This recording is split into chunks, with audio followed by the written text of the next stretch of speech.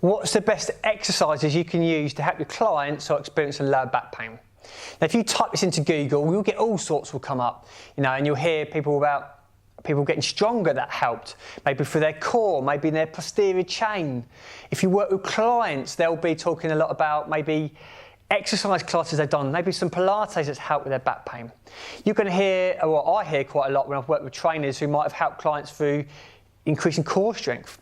So people might have had these real positive experiences with helping their back pain through certain exercises.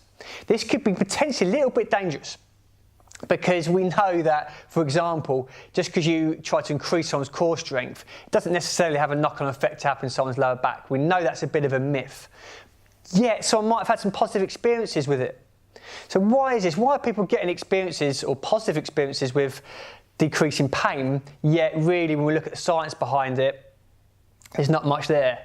So I think we need to be a bit more open-minded first of all and realise that just because someone's doing a certain exercise, it might not be just the exercise that's helping them. So for example, we've got planks. People used to love a plank for helping people in back pain. Because they said, right, if you get your core nice and strong, it's going to take the pain away from your lower back. And as I mentioned a minute ago, that's definitely a myth. But what are the positives and negatives there? So negatively, I would say that a lot of people who I've worked with in back pain or have experienced back pain, they brace a lot anyway. They don't really like to move a lot. So by me just getting them to brace more and tense up more, is it going to help them? I'd say it could be a bit negative. But why people experience some positives there could be a few reasons. You've got psychology behind it. They believe in the process. You're getting them doing some sort of exercise that can really help people. And it's quite a kind of a basic place to start a lot of people.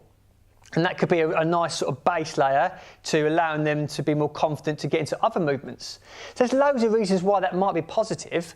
But again, I would always discuss when I'm working with trainers is, have you formed quite a strong bias towards exercise? And is that the way you use for every single client? And that's what I tend to see is if someone's had success with one exercise, that is a formula to helping people with any sort of pain. Okay, so the real take home is that there is no good or bad. You could use planks positively, but the point that I made earlier, there's some negative sides there as well. So let's always be open-minded. And the questions I like to ask myself is, rather than what's the best exercises, what's the most positive movement experiences?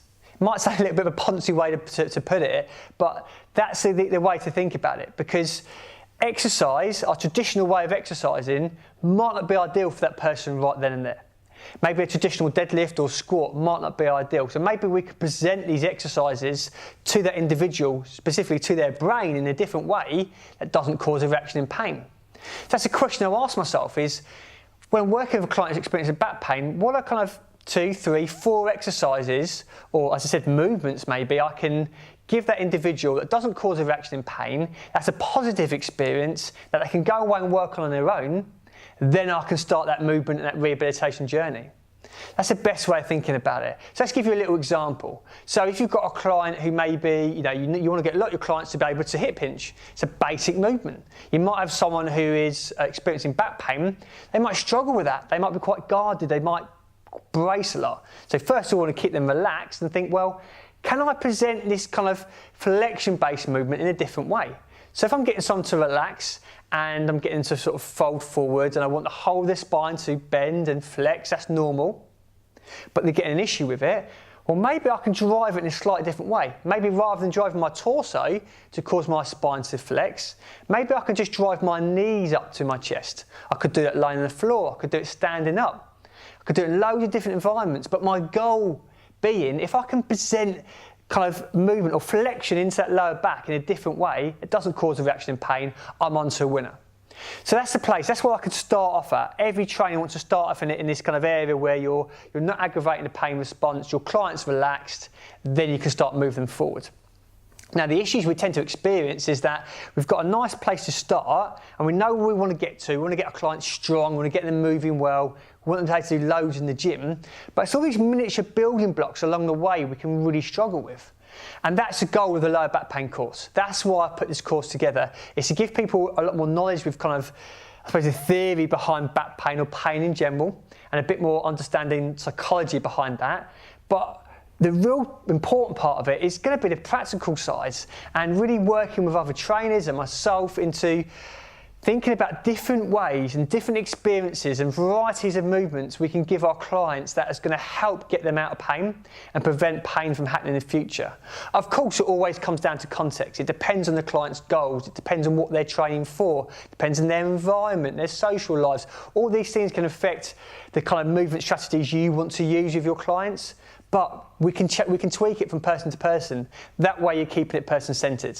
So I encourage every trainer I work with to be as open-minded as possible. Of course, start small and build up. It's what we call gradient approach to movement. But as I said, the reason I put this lower back pain course together, and I really recommend you look at it if you want to learn more about back pain and you have got clients who are experiencing it, is you're going to find out a lot more about how to work these individuals, become a lot more confident with working with these individuals, and ultimately just offer a better coaching experience.